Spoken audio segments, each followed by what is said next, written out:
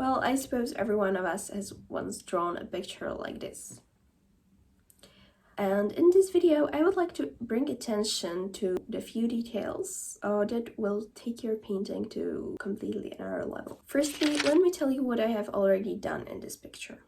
As you can see, I have outlined the basic shapes and shadows in my photo reference and transferred them onto my watercolor paper using a few guidelines. Next, I filled this picture using shades of purple and pink. Firstly, I filled my sketch with these colors, and then I added black and red layers to capture shadows I can see in the photo reference.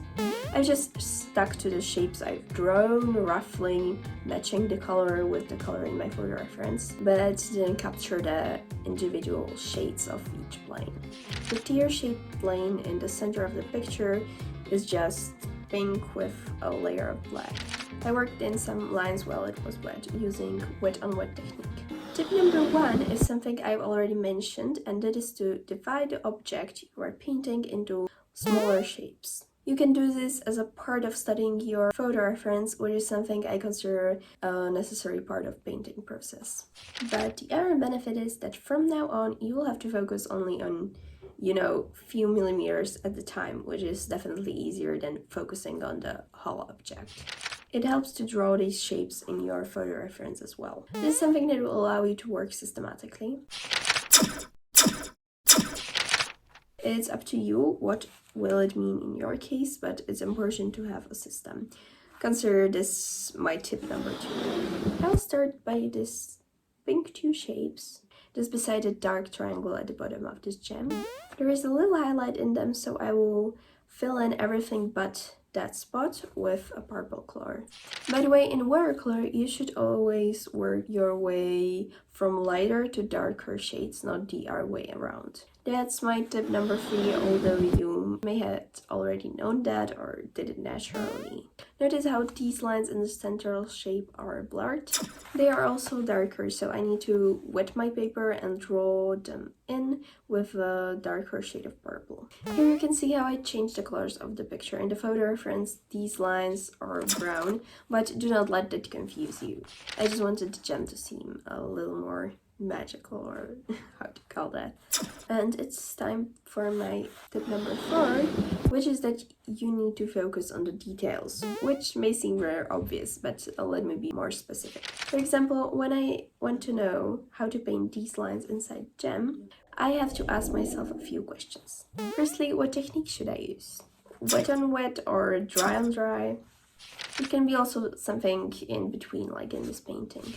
If the feature on the picture is rather indefinite or blurred, a wet on wet technique is my best bet. However, if you want crisp detail, use wet on dry.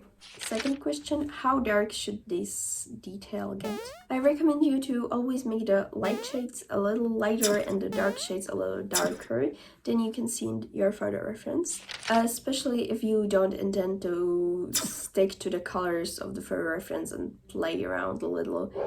Don't exactly stick to what you see in front of you. You'll get a higher contrast that way, and your painting will look, three-dimensional. If you want to paint in a realistic style, you should put the detail right into its place. Of course, you might make a few adjustments as an artist. No one can blame you for that. At the end of all, it's what makes the painting uniquely yours.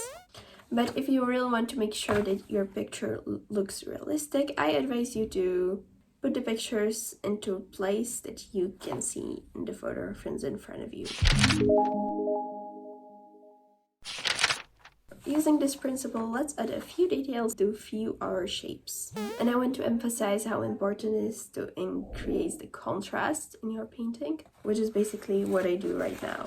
I'm adding dark colors to the piece where it's the dark shadow under the gem or the individual planes. The shape on the right of this big dark triangle on the bottom needs to be completely changed, and I need to add some purple or black to the other side as well. Since the middle shape looks a little bland to me once again, I think I'll add a little more dark detail here as well. I know it's not exactly the way you can see it in the photo reference, but frankly, I think the shape in the center of the gem looks a little bland even in the photo reference. Like, nevertheless, it's a real object. And I would like to change that, you know, add that magical spark I mentioned earlier. So now I'm defining the edges of the individual planes a little more. Well, and although I didn't think I would ever live to the moment when the thing I refer to as big dark triangle would need darkening too, but it does. So let's add a little detail here as well. In case it's a little confusing, details basically mean these little shadows you can spot in these shapes if you look closely. Now it's time for my fifth tip, and this is to take a step back and adjust. You know, take a break and look at your painting with fresh eyes. I think I've painted over some places that need to be lighter, so I'll use an eraser to lighten these spots. In case you haven't watched the video I uploaded earlier, how to correct any watercolor mistake, or how to correct any mistake in watercolor, something like that, let me summarize the principle of using eraser with watercolors. Basically, some erasers that are light enough can help you significantly lighten an area that you accidentally made darker than you wanted it to be. And it can help you even if you painted something really dark, like eyebrow in a wrong place. If you don't believe me, check the video I've put in the description box. And I just want to warn you that your painting needs to be completely dry before you start to erase, because otherwise you can tear your paper. I think I should make these spots a little darker.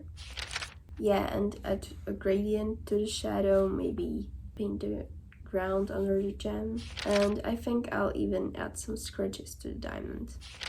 And finally, my sixth tip for you is that when you're painting an object from nature, whether it's a perfect diamond or a human face or a flower, it needs to be just a little imperfect. Not necessarily in shape, you know, but it can be a little damaged or dirty or covered in snow or etc. In this case, I'll add the scratches using a really thin brush and the wet and dry technique. And I think some of the highlights should be really bright, so I'll use a white paint and tube for that. This paint you can see on the screen is white semi-transparent watercolor, and semi-transparent means for me that I can sufficiently overlay the dark surface beneath, but well, the edges will blend in with the rest of the image. Once I've painted these crisp highlights, I'll come back with a wet brush with a little black to soften the effect. Now let me compare this final image with the one we began with. Much better, right? If you found this video helpful, well, I'm glad you did. And please consider giving this a thumbs up. And now it's time for one final extra tip how to improve your painting skills, and that is to subscribe to my channel and get access to all of the amazing tips I will share with you in the future. No, just kidding. Although it would be nice if you would subscribe, but the extra tip is that I want to encourage you to practice daily if possible. You know what they say, practice makes perfect, and although they say it a lot, so it might sound like a cliche, it's just true. Nothing can instantly make you see all of the details I mentioned, although this video might have told you what to look for. But I totally believe in you guys. You get this.